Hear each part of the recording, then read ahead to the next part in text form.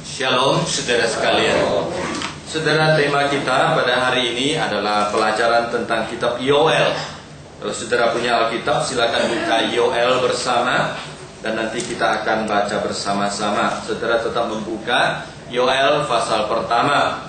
Kitab Yoel itu di Perjanjian Lama, setelah kitab Hosea, sebelum kitab Amos, ya. Di antara kitab Hosea dan Amos, kitab Yoel. Saudara sekalian, judulnya saya beri khotbah saya beri judul yang agak romantis, mirip sinetron, saudara sekalian, ya. Di balik badai ada pelangi yang indah. Itulah isi dari kitab Yoel. Karena kitab Yoel dimulai dengan satu berita penghukuman. Nah, penghukuman itu seperti badai. Bagaimana kita merespons kepada hukuman itu? Kalau saudara sekalian, firman Tuhan berkata tidak perlu takut, karena sesudah Tuhan menghukum biasanya Dia akan memberikan pelangi yang indah. Itulah pelajaran kita yang akan kita pelajari pada hari ini. Saudara sekalian, saya melayani di Saat, Seminari Alkitab Asia Tenggara. Kalau saudara yang belum pernah ke seminari, saudara mungkin berpikir bahwa seminari itu adalah tempat berkumpulnya orang-orang suci. Ya betul saudara sekalian, di satu pihak memang orang-orang yang dipanggil khusus yang boleh masuk dan tinggal di Saat.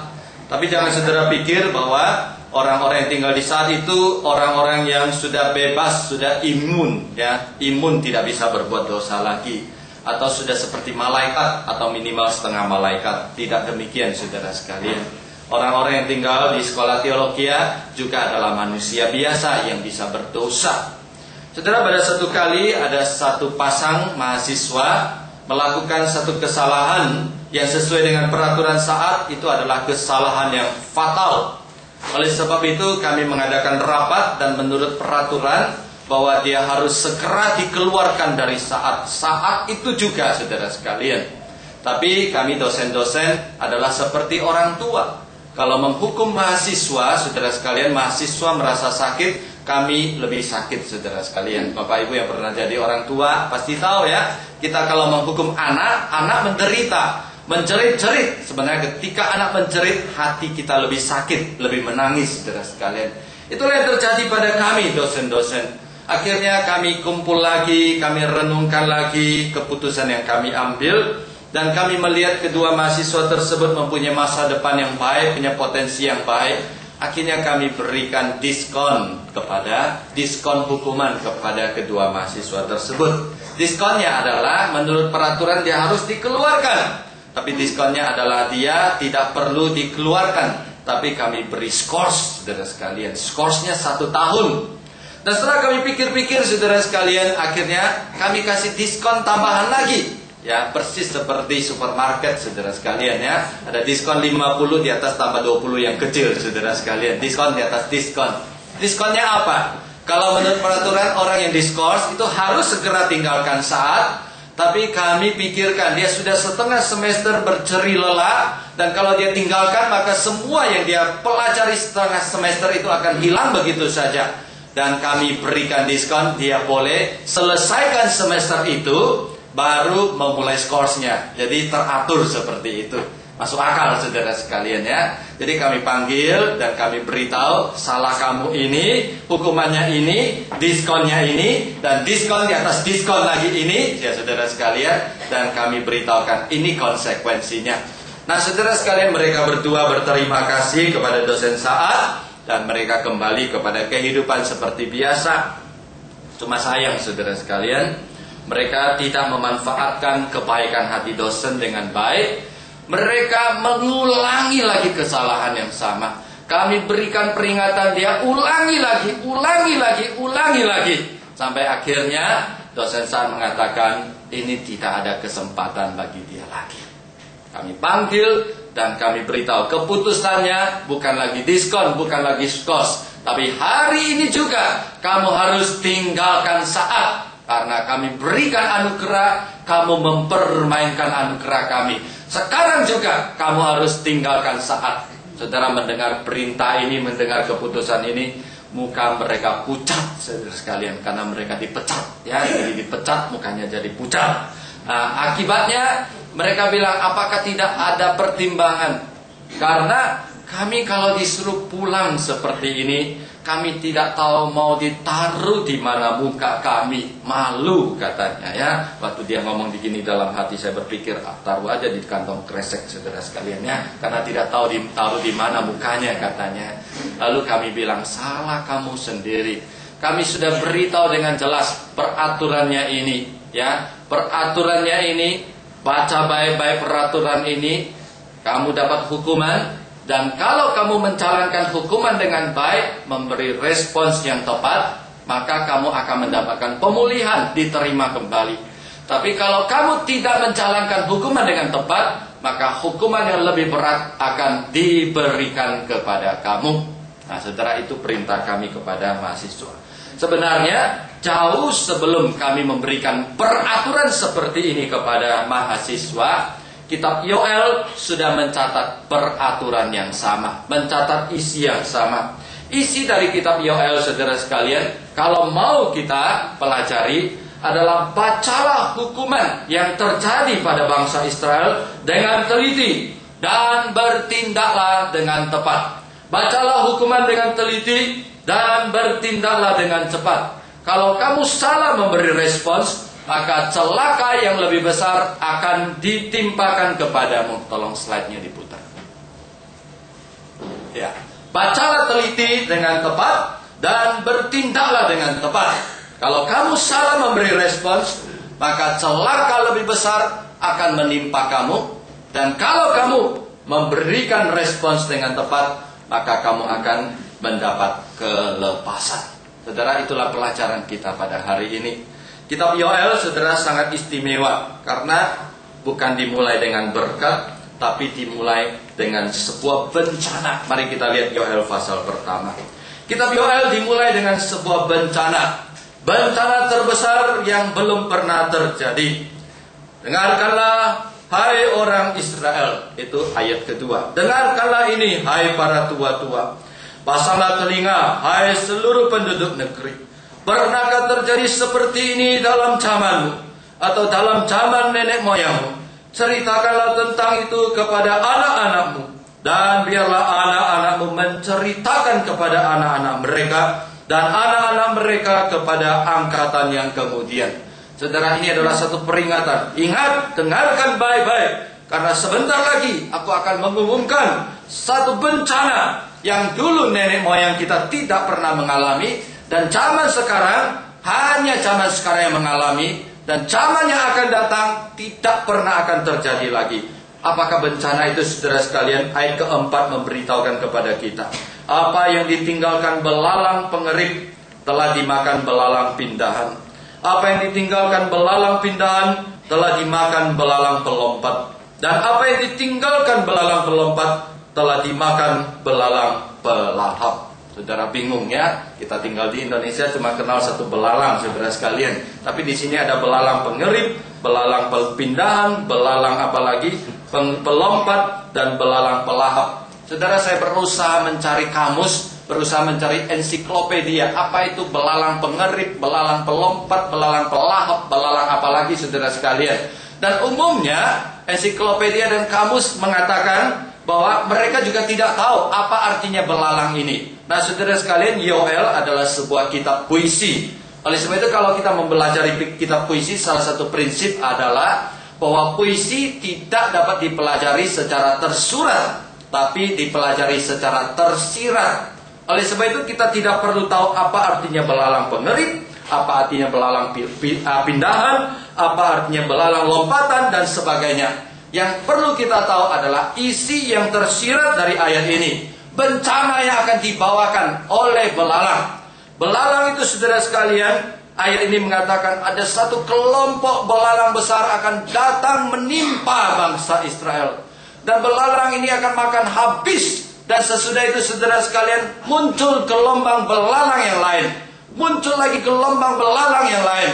Muncul lagi belalang yang lain. Dan saudara, kita tinggal di Indonesia, kita tidak tahu apa itu belalang, atau kita tidak pernah diserang belalang. Saya cari lagi ensiklopedia saudara sekalian, hasilnya adalah ini. Pernah terjadi di kota Yerusalem, ya.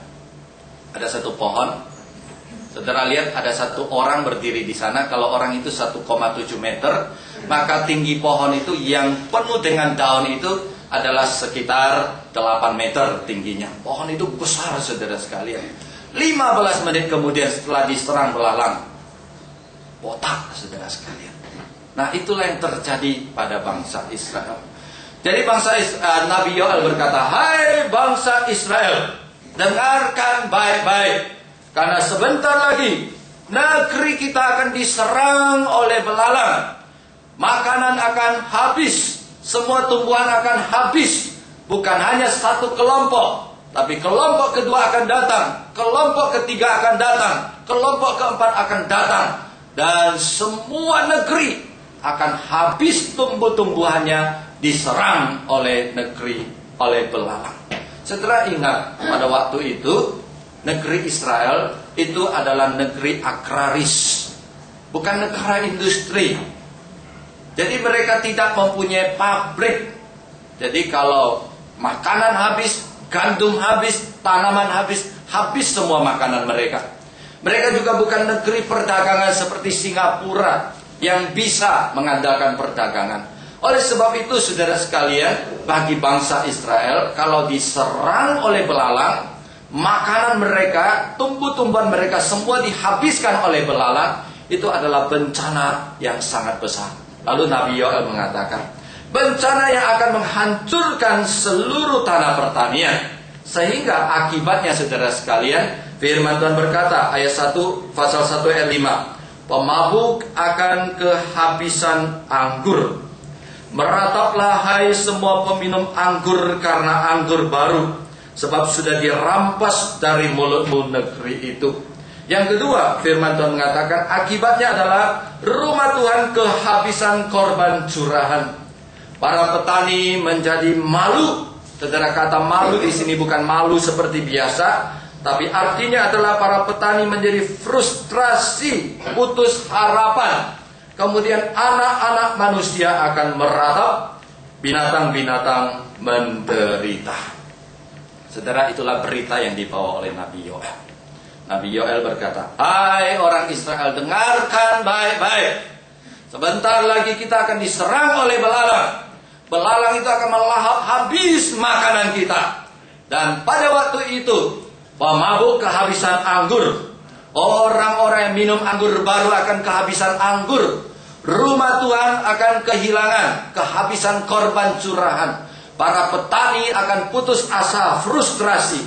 Anak-anak meratap, binatang-binatang menderita.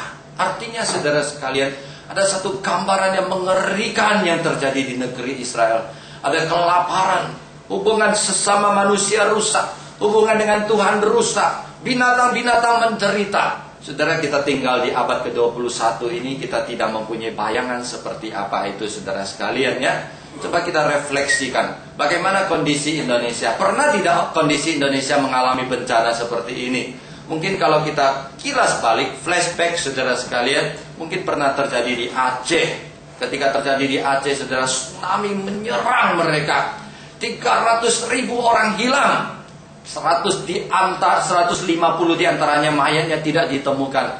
Kota itu menjadi mati saudara sekalian. Nah, itu yang terjadi di Indonesia. Atau ketika gunung berapi di Jawa Tengah meletus. Saya sempat pergi lihat saudara sekalian, kelihatan semuanya putih, tidak ada rumah lagi, tumbuh-tumbuhan semuanya mati. Saudara sekalian, bagi kita sudah terbiasa bencana ini, atau kita yang tinggal di Jakarta, atau saya yang tinggal di Malang, jauh dari tempat itu, kita cuma sampai kepada simpati, sampai kepada merasa iba, tapi tidak sampai meratap. Tapi coba bayangkan saudara sekalian, kalau kita pertama kali mengalami hal seperti ini, atau kalau kita sendiri yang mengalami bencana seperti ini, atau ada orang yang kita kasihi mengalami bencana ini, maka kita akan meratap saudara sekalian. Bayangkan misalnya, semoga ini tidak terjadi ya. Di Indonesia beberapa waktu yang lalu kan sering terjadi bom meledak sini, bom meledak sini. Yang kita lakukan hanya nonton televisi, kemudian kita marah-marah kepada teroris, dan kita kesal, itu saja. Sampai sebatas itu saja. Tetapi kalau ada satu hotel meledak, dan ketika hotel itu meledak, ada saudara kita yang kita kasihi berada di dalam hotel itu.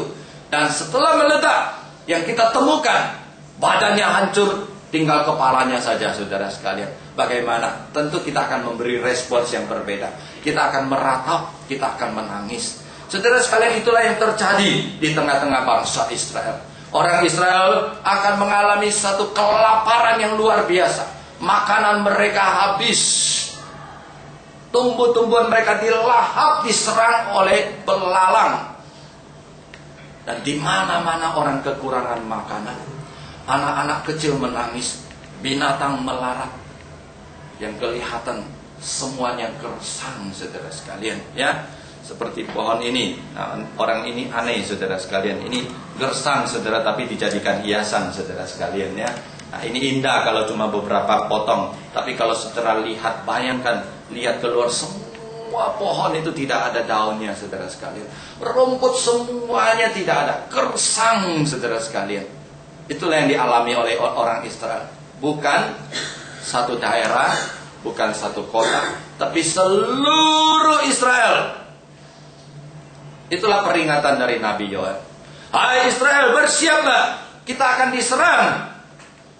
Dan sesudah kita diserang, siap-siaplah kita menderita, satu bangsa menderita.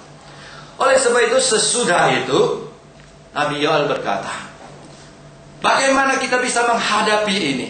Apa yang harus kita lakukan kalau kita menderita seperti ini? Nabi Yoel kemudian berseru, hai orang Israel, kalau kita sudah dihukum oleh Tuhan, bertobatlah. Hai orang Israel, kamu harus bertobat.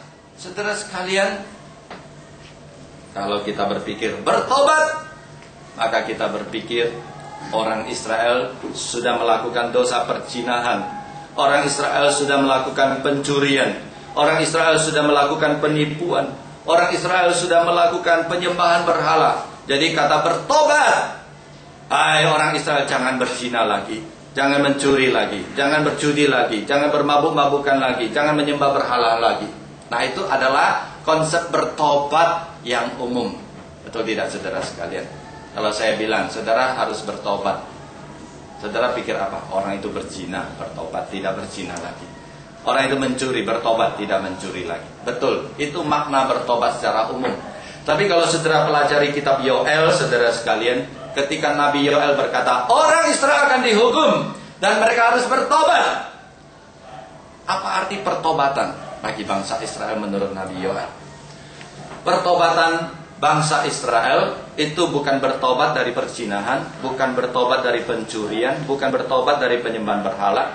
Tapi dalam konteks kitab Yoel, bertobat adalah bertobat dari kehidupan rohani yang munafik. Coba lihat pasal 1 ayat 14. Adakanlah puasa yang kudus. Jadi puasa kudus. Bertobat itu adalah melakukan puasa kudus.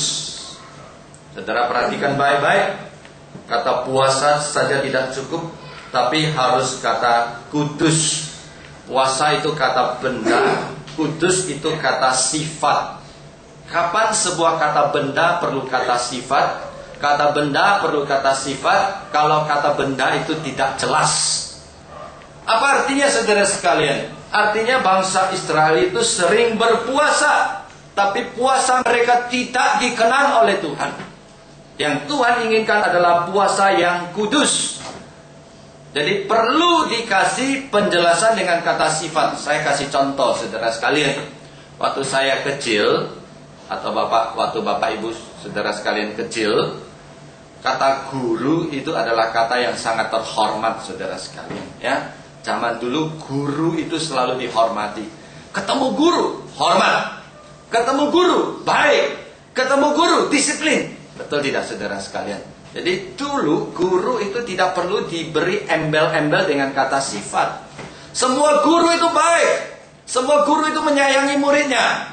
Apalagi namanya kepala sekolah, saudara sekalian. Oh, itu lebih lagi, saudara sekalian, lebih dihormati.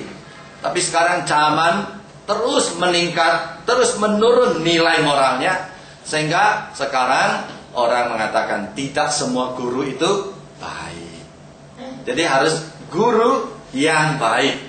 Kenapa harus ada guru yang baik? Kenapa harus dikasih penjelasan yang baik? Karena tidak semua guru baik, saudara sekalian. Betul tidak? Nah, dulu saudara sekalian, pendeta juga demikian kan. Zaman dulu namanya semua pendeta itu baik, saudara sekalian.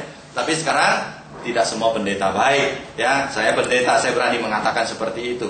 Banyak pendeta hari ini juga mata duitan, saudara sekalian ya. Banyak pendeta hari ini juga suka melakukan dosa. Oleh sebab itu kata pendeta sendiri itu sudah tidak cukup sekarang.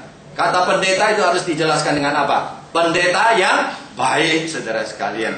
Saya kira polisi juga demikian, saudara sekalian ya. Polisi seharusnya baik, mengayomi masyarakat. Tapi sekarang kata polisi tidak cukup. Kata polisi harus dijelaskan dengan kata sifat di belakangnya. Demikian juga kitab Alkitab pada hari ini. Kata puasa sebenarnya itu tidak perlu ditambah embel-embel. Seharusnya puasa itu kudus, puasa itu baik, puasa itu sungguh-sungguh. Tapi ketika Allah berkata kepada bangsa Israel, hai bangsa Israel, Allah mau supaya kamu berpuasa. Bangsa Israel menjawab, Tuhan kami sering berpuasa, mau apa lagi? Tapi Tuhan menjawab, bukan puasa seperti yang kamu lakukan sekarang yang aku mau. Tapi puasa yang aku mau adalah puasa yang kudus. Saudara, menarik sekali. Kata bertobat ditujukan kepada berpuasa. Berpuasa yang sungguh-sungguh. Artinya, sebelumnya bangsa Israel suka berpuasa. Tapi puasa mereka adalah puasa yang dibuat secara lahiriah supaya kelihatan orang saleh saja. Tapi Tuhan bilang, itu bukan itu yang saya kehendaki. Yang saya kehendaki adalah puasa yang sungguh-sungguh keluar dari dalam hati. Kemudian pertobatan kedua adalah berkumpul dan berteriak kepada Tuhan. Kembali ada kata sifat. Berkumpul itu kata kerja. Dan kata kerja itu biasa dijelaskan dengan kata keterangan. Berkumpul. Orang Israel bilang, kami sering berkumpul. Tapi Tuhan bilang, berkumpul saja tidak cukup. Tapi berkumpul, berteriak kepada Tuhan. Berteriak kepada Tuhan apa artinya? Dalam bahasa aslinya artinya mencari Tuhan. Berkumpul dan mencari Tuhan. Jadi kalau kita dapat simpulkan dari dua hal ini, saudara sekalian. Yang pertama, bangsa Israel waktu zamannya Yoel suka berpuasa. Tapi puasa yang mereka lakukan itu sudah menjadi sebuah rutinitas. Bukan keluar dari dalam hati mereka. Bukan keluar dari keinginan untuk mencari Tuhan. Mereka hari Sabat tetap berkumpul di bait Allah. Tapi berkumpul di bait Allah, mereka bukan berseru kepada Tuhan. Berkumpul untuk melakukan kegiatan sosial semata. Oleh sebab itu Tuhan memberikan, bertobatlah. Kalau puasa, puasa yang kudus. Kalau berkumpul, kumpullah untuk berteriak kepada Tuhan, untuk mencari Tuhan. Yang ketiga, berbaliklah. Berbaliklah dengan segenap hati. Tuhan bilang, hai bangsa Israel, berbaliklah. Bangsa Israel bilang, kami sudah sering berbalik. Saking seringnya berbalik, baliknya 360 derajat, saudara sekalian. Balik lagi, saudara. Tapi mereka berbalik kepada Tuhan. Tuhan kasih embel-embel. Berbalik bukan seperti yang biasa kamu lakukan. Berbalik adalah satu pernyataan pertobatan. Bertobatlah. Mereka bilang, kami sudah sering bertobat. Tapi Tuhan bilang, tidak. Pertobatanmu tidak tulus karena tidak dengan segenap hati.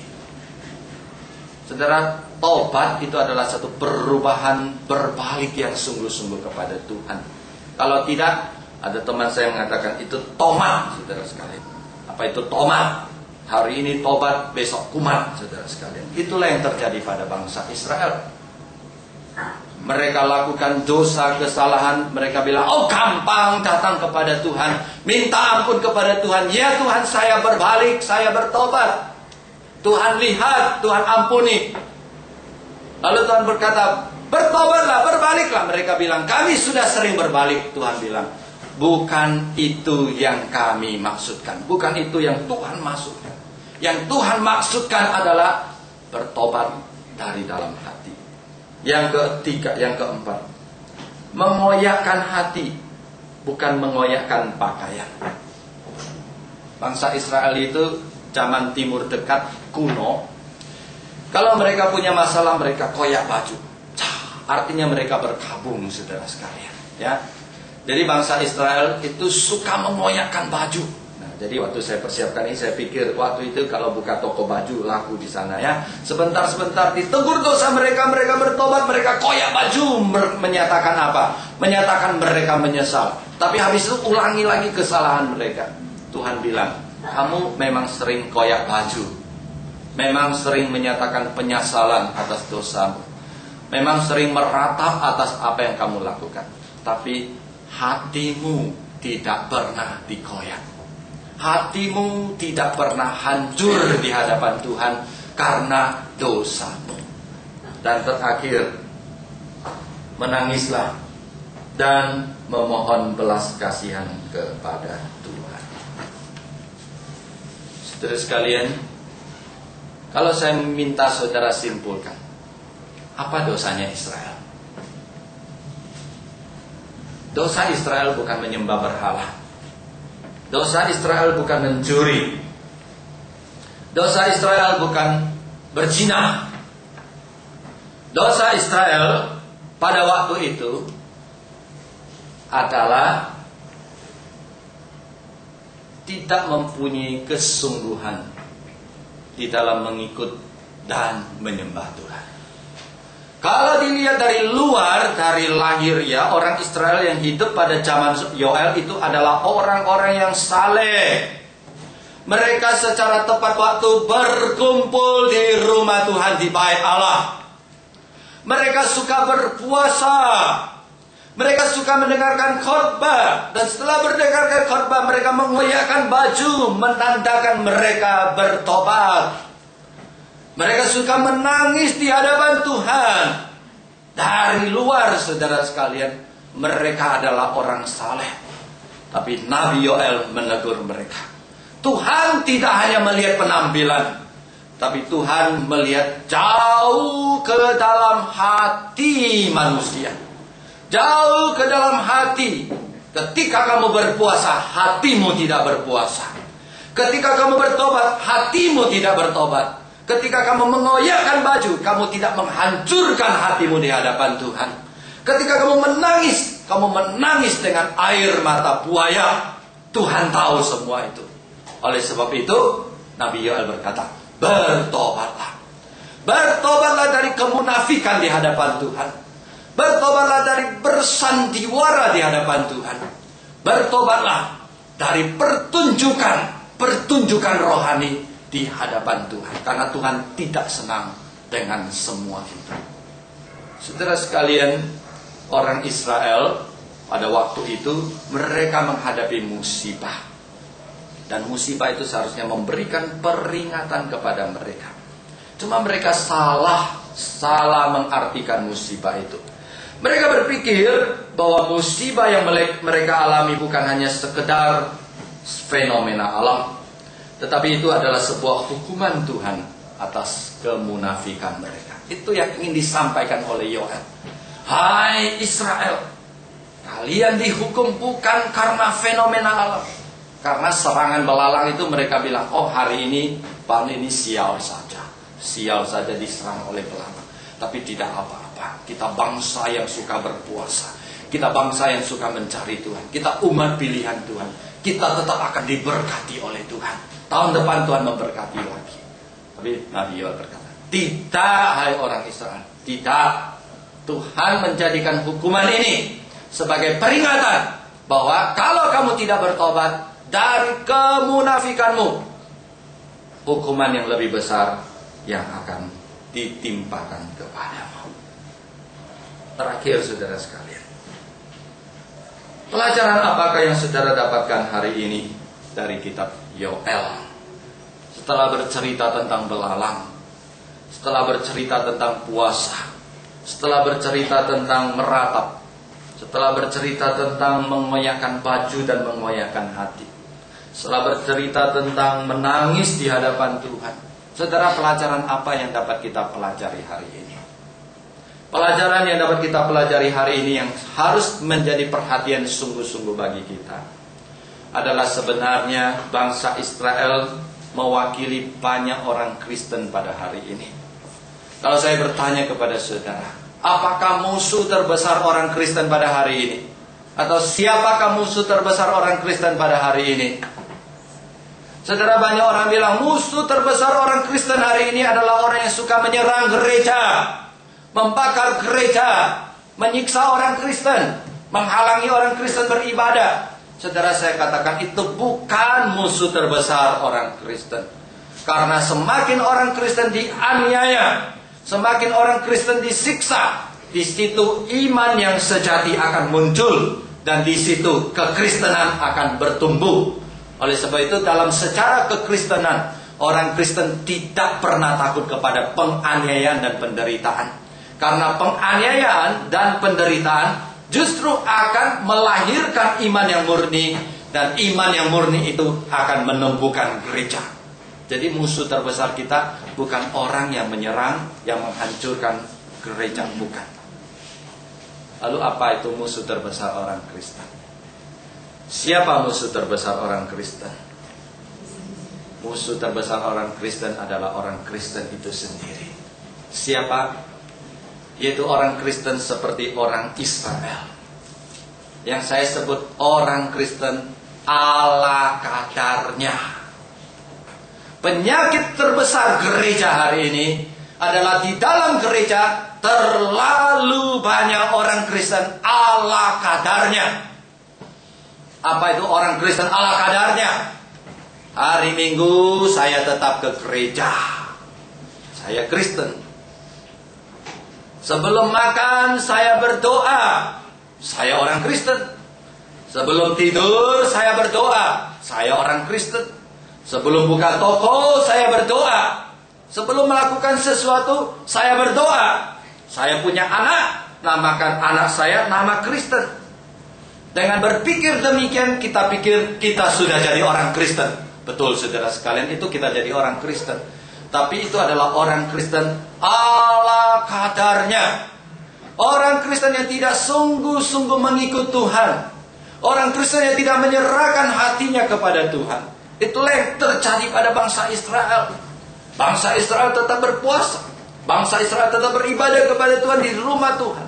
Bangsa Israel tetap mengoyakkan baju kalau mendengar khotbah tentang pertobatan. Tapi Tuhan bilang, itu belum cukup. Umat Tuhan yang sejati adalah umat Tuhan yang sepenuh hatinya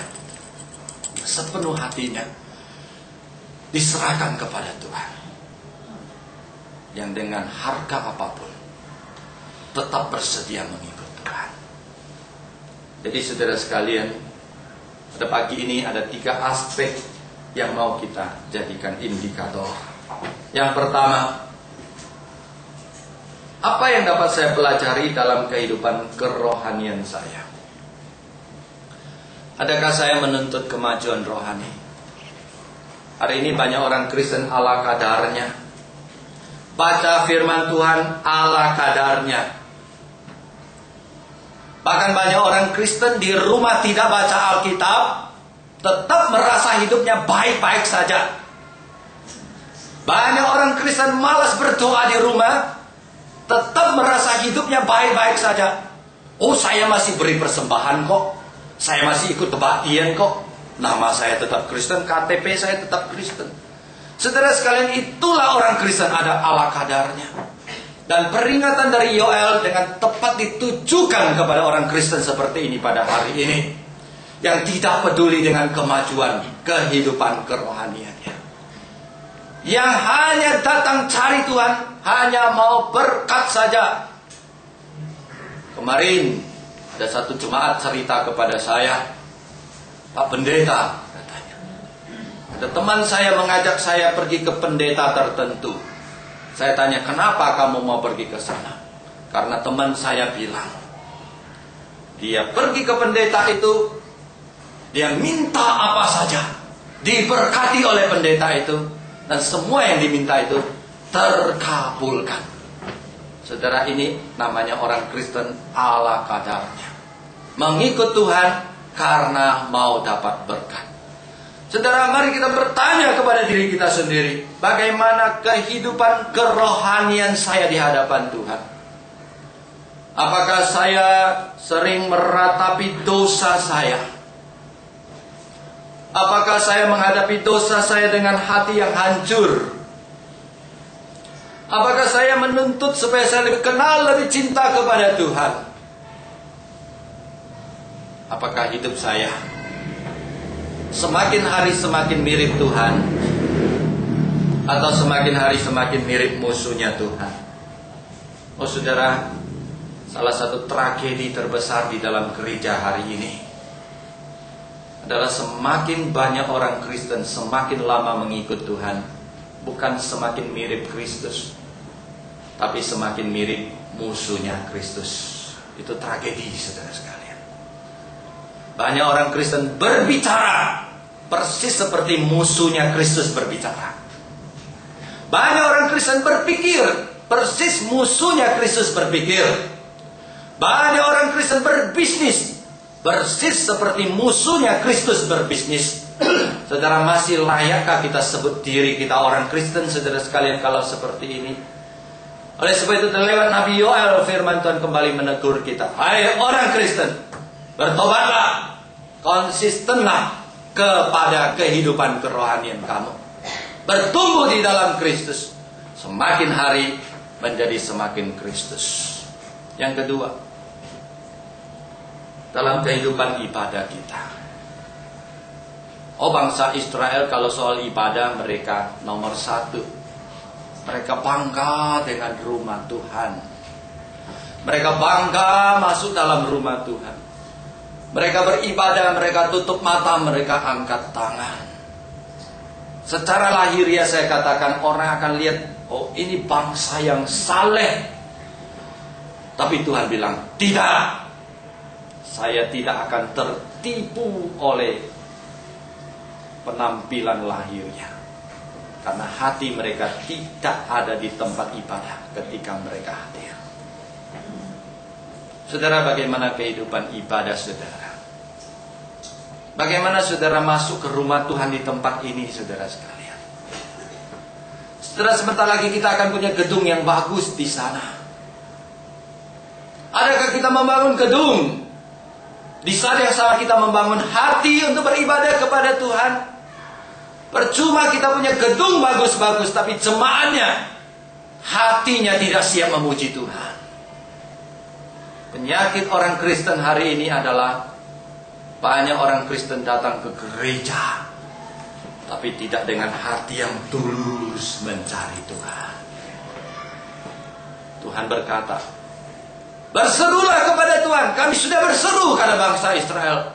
Tapi Tuhan tidak bilang, tidak. Kamu berseru bukan dengan hatimu, tapi dengan mulutmu saja. Saudara, adakah antusiasme, sukacita kita ketika datang ke rumah Tuhan? Adakah setiap kali kita ikut kebaktian ada perubahan di dalam hidup kita? Terlalu sering orang Kristen sesudah keluar gereja bukan lebih saleh, tapi banyak ngomelnya, saudara sekalian. Ya, jujur ya.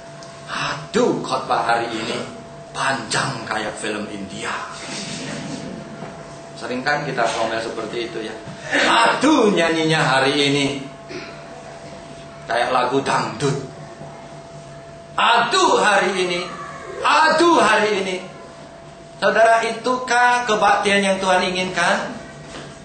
Apakah Tuhan ingin kita datang ke tempat ini, duduk, mengkritik, dan setelah itu pergi? Tidak. Itulah yang terjadi pada bangsa Israel. Mereka berkumpul, tapi mereka berkumpul untuk kepentingan mereka sendiri. Tuhan bilang, kamu berkumpul, carilah Tuhan, berserulah kepada Tuhan. Saudara, mari kita bangkitkan kembali antusiasme itu. Sebelum datang ke gereja, aku mau beribadah kepada Tuhan. Saudara, Masih ingat pertama kali saudara masuk gereja seperti apa rasanya saudara sekalian? Setiap kali pertama kali orang masuk gereja pasti punya suasana hati yang berbeda. Banyak orang pertama kali pikir ke gereja itu tempat yang suci, tidak berani ngomong, diam, khusyuk saudara sekalian. Tapi seiring dengan betapa seringnya kita datang, kekhusyukan kita, kekhidmatan kita berbeda, turun saudara sekalian. Akibatnya tidak banyak jemaat berani tidur di dalam kebaktian saudara sekalian. Tidak sedikit, bukan tidak banyak. Tidak sedikit jemaat berani ngobrol di dalam gereja. Tidak sedikit jemaat melakukan hal yang lain saudara sekalian. Teman saya mengatakan itu namanya kutukan teknologi. Apa itu kutukan teknologi? Terikat sama alat-alat teknologi. Tidak jarang saudara sekalian, orang kebaktian sambil BBM saudara sekalian. BBM. Saudara, itukah kebaktian yang Tuhan kehendaki saudara sekalian? Tuhan akan bilang, kalau mau BB silakan keluar. Kalau saya jadi guru saudara sekalian ya, saya jadi dosen, kalau ada mahasiswa sering bawa laptop saudara. Sekarang zaman canggih ya, saya ngajar saya nggak bawa laptop, tapi mahasiswa bawa laptop. Ada kalanya, serius saudara sekalian, saya dekati. Ternyata saudara sekalian lagi nonton. Ya misalnya, itu tidak terjadi di saatnya. Misalnya kalau terjadi, lagi nonton saudara sekalian, sibuk nonton. Bagaimana perasaan saya? Saya bilang, kalau mau nonton silakan keluar. Hari ini betapa sering saudara sekalian hati kita tidak ada di sini ketika secara fisik kita ada di dalam ruangan ini. Tuhan tidak menghendaki ibadah demikian. Tuhan ingin saudara sekalian persiapkan hati, berdoa, datang. Kita katakan, Tuhan, hari ini harinya Tuhan. Saya mau cari Tuhan. Saya mau cari Tuhan. Saya mau bertemu dengan Tuhan. Kalau saudara datang dengan sikap seperti ini, mau nyanyi seperti apa, itu akan membawa saudara kepada Tuhan. Mau khotbah seperti apa, saudara akan mempunyai hati mendengar Tuhan berbicara kepada saudara. Jadi kalau saudara satu kebaktian, saudara tidak bisa menikmati kebaktian itu, bukan salahnya kebaktian. Salahnya hati saudara tidak ada di sana. Itu yang terjadi pada bangsa Israel. Tuhan menegur mereka dengan keras. Yang terakhir, dalam kehidupan pelayanan, masih adakah kerendahan hati kepada kita ketika kita melayani saudara sekalian? Masih adakah sukacita ketika kita melayani? Bagi majelis, masih ingat pertama kali saudara diminta jadi calon majelis? Bagaimana perasaan saudara? Banyak calon majelis waktu dipilih, waktu dicalonkan, oh saya tidak layak, saya tidak bisa apa-apa. Waktu dia terpilih, oh saya dipilih karena anugerah Tuhan. Betul tidak? Semua majelis terpilih akan seperti ini. Saya ingat diri saya ketika pertama kali menjadi hamba Tuhan. Ketika pertama kali berkhotbah di mimbar, saya gemetar. Dan saya katakan, ini adalah anugerah Tuhan. Siapakah saya boleh berdiri di mimbar untuk berbicara kepada jemaat atas nama Tuhan? Dan saya terus mengingatkan diri saya, adakah sikap itu masih ada di dalam hati saya ketika melayani Tuhan? Celakanya saudara sekalian, banyak orang memulai pelayanan dengan penuh kerendahan hati, tapi semakin melayani semakin tinggi hati, semakin sombong. Banyak orang memulai jadi majelis rendah hati, saya tidak layak, tapi diakhiri dengan kesombongan. Waktu tidak terpilih, mengapa saya tidak terpilih? Tidak jarang orang memulai jadi hamba Tuhan dengan penuh kerendahan hati, tetapi ketika mengakhiri, dia akan mengakhiri dengan sikap sebagai seorang otoriter, suka memerintah. Mulai dengan hamba, diakhiri dengan hati seorang Tuhan. Saudara, bangsa Israel ketika mereka mengikut Tuhan, mereka katakan, kami hamba Tuhan, kami hamba Tuhan, kami tidak layak. Tapi semakin mereka mengikuti, mereka secara fisik mengatakan, kami hamba Tuhan. Tapi secara hati mereka mengatakan, kami adalah Tuhan. Maka Tuhan menegur mereka, bertobat. Dan hari ini Tuhan ingin kita juga bertobat dari sikap seperti itu. Kenapa gereja banyak masalah? Orang bilang karena pekerjaan setan. Ya betul, pekerjaan setannya. Kenapa gereja banyak masalah? Setelah saya perhatikan, sebagian besar masalah yang ditimbulkan di dalam gereja adalah karena para pelayan berani mengatakan diri adalah hamba, tapi melayani dengan sikap seorang Tuhan. Oleh sebab itu mohon Tuhan berikan belas kasihan kepada kita, supaya ketika kita pelajari Nabi Yoel, kita ambil hikmahnya, pelajarannya. Tuhan ingin kita melayani dari hati yang terdalam, kerendahan hati. Saya tidak layak melayani Tuhan. Saya melayani hanya karena anugerah. Saya melayani karena belas kasihan Tuhan. Kalau kita terus mempertahankan sikap itu, saudara sekalian, kita akan menjadi berkat. Kiranya Tuhan menolong kita, supaya hari ini kita tidak hanya belajar, tapi kita lewat pengalaman Israel jadi cermin kita. Inilah saya, kehidupan rohani pribadi saya. Yang tidak baca Alkitab, bertobatlah, ulanglah baca Alkitab setiap hari. Yang malas berdoa, bertobatlah, pulanglah, mulailah belajar berdoa. Yang saya masukkan bukan doa makan, doa tidur ya. Berdoa untuk gereja, berdoa untuk hamba Tuhan, berdoa untuk majelis, berdoa untuk orang-orang yang belum diselamatkan, berdoa untuk orang-orang yang menganiaya orang Kristen, berdoa untuk dunia. Dengan begitu kita akan bertumbuh. Itulah berita dari Yoel. Yang datang beribadah tidak ada persiapan, bertobatlah. Bertobatlah. Datang ke gereja, persiapkan hati untuk mencari Tuhan. Yang melayani dengan sikap yang tidak benar, bertobatlah. Karena itu tidak dikehendaki Tuhan. Mari kita berdoa.